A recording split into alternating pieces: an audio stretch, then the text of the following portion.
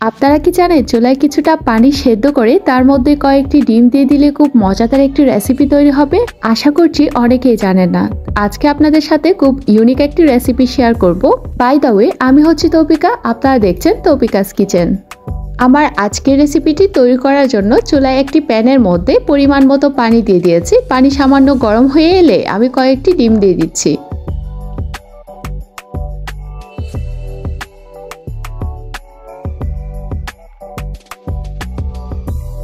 ডিমগুলো যখন পানির মধ্যে সামান্য একটু বয়েল হয়ে যাবে, তারপর এরকম একটি ছাঁকনির সাহায্যে উঠিয়ে নিচ্ছি।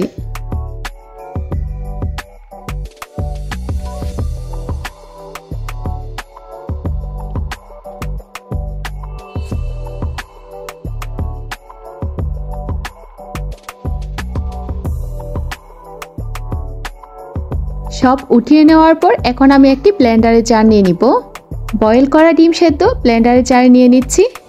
তার সাথে 1 চামচ চিনি দিয়ে দিচ্ছি, 2টি রসুন দিয়ে দিচ্ছি, ফ্রেশ লেবু রস দিয়ে দিলাম, সামান্য একটু গোলমরিচের গুঁড়ো দিয়ে দিচ্ছি, 1 চামচ পরিমাণ গুঁড়া দুধ দিয়ে দিচ্ছি, 2 চামচ পরিমাণ সয়াবিন তেল দিয়ে দিচ্ছি। আপনারা চাইলে অলিভ অয়েলও ইউজ করতে পারেন।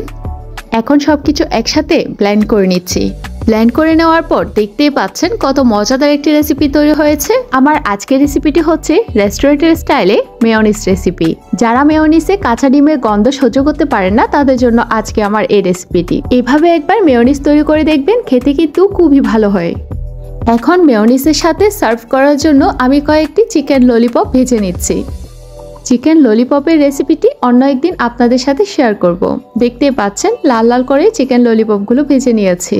আমার আজকের রেসিপি কেমন লেগেছে আপনারা অবশ্যই কমেন্ট বক্সে জানিয়ে দিবেন। আজকের মতো বিদায় নিচ্ছি। ভালো থাকবেন, সুস্থ থাকবেন। আল্লাহ হাফেজ।